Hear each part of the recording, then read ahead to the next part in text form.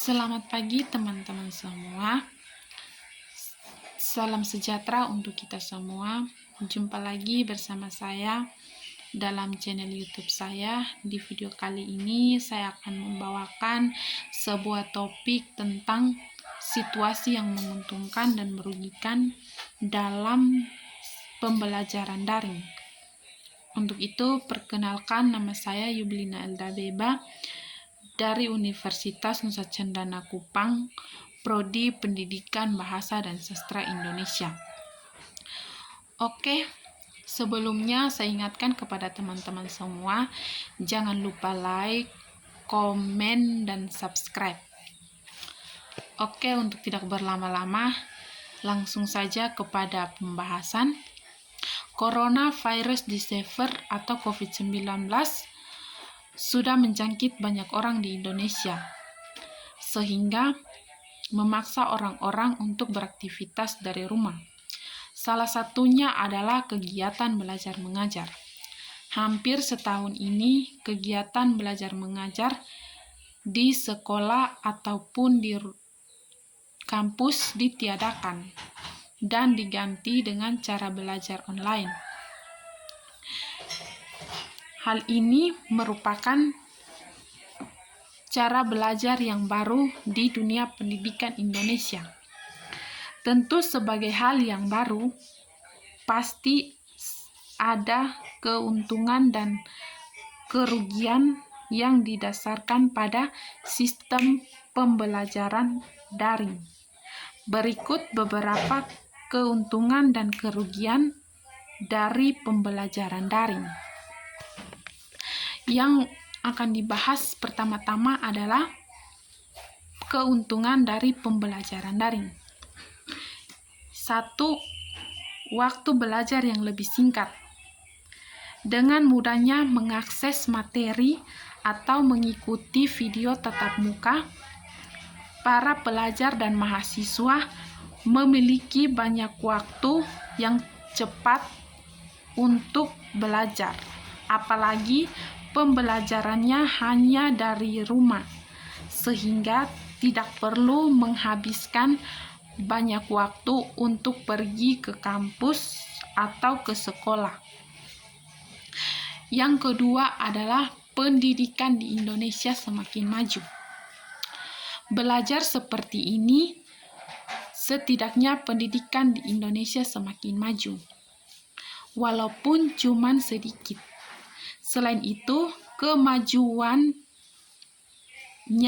yaitu pendidikan di Indonesia sudah bisa memanfaatkan teknologi yang ada. Salah satunya yaitu cara belajar yang bervariatif. Yang ketiga adalah siswa bisa mengembangkan diri. Belajar online yang tidak memakan waktu terlalu banyak dapat membuat pelajar bisa mengembangkan diri ketimbang hal-hal lain. Contohnya seperti menulis, menggambar, dan membaca. Nah, teman-teman, tadi merupakan beberapa keuntungan dari belajar online atau daring. Berikut atau yang kedua akan dibahas kerugian dari sistem pembelajaran online atau daring. Yang pertama adalah tugas menumpuk. Meskipun belajar dari rumah, para pelajar dan mahasiswa tidak hidup tenang karena harus menghadapi tugas-tugas yang diberikan oleh pengajar. Yang kedua, menghabiskan banyak paket internet atau kuota. Sebelum pandemi COVID-19, para pelajar dan mahasiswa biasanya membeli paket internet sekali dalam sebulan. Kini seperti pada masa sekarang ini, mereka bisa membeli paket internet 3-4 kali dalam sebulan. Hal itu juga hampir serupa dengan yang menggunakan WiFi. Tetapi yang menggunakan WiFi juga kadang berpengaruh karena WiFi yang sering mereka gunakan biasanya tidak bisa berfungsi dengan baik karena terkendala 1 dan 2 hal. Yang ketiga adalah materi pembelajaran yang sulit dipahami. Sistem pembelajaran daring memang lebih menghemat waktu, tapi belum tentu sistem pembelajaran daring atau online lebih efektif dalam penerimaan materi pembelajaran bagi para mahasiswa dan pelajar. Banyak yang mengeluh cara belajar online hanya memberikan tugas-tugas yang menumpuk. Yang keempat adalah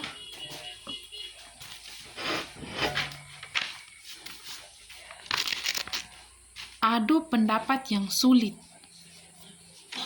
Artinya, jika di sekolah atau kampus ada sesuatu yang tidak dimengerti atau terjadi perbedaan pendapat, mungkin akan bisa diselesaikan dengan lebih mudah dengan cara didiskusikan secara berkelompok. Namun, dalam hal pembelajaran online akan terasa sulit. Mengapa? Karena dalam cara belajar tersebut, jika ada satu yang berbicara, maka tidak menutup kemungkinan yang lain akan ikut berbicara, dan pada saat itu akan terjadi saling tumpang tindih suara antara yang satu dengan yang lain, sehingga pengajar sulit mengendalikan situasi pada saat itu. Nah, teman-teman, itu merupakan beberapa kekurangan atau kerugian dari sistem belajar online. Nah, mungkin sekian dari pembahasan topik tentang situasi yang menguntungkan dan merugikan dari pembelajaran daring. Oke, untuk teman-teman, saya ingatkan sekali lagi, jangan lupa like, komen, dan subscribe. Sekian dari saya dan terima kasih.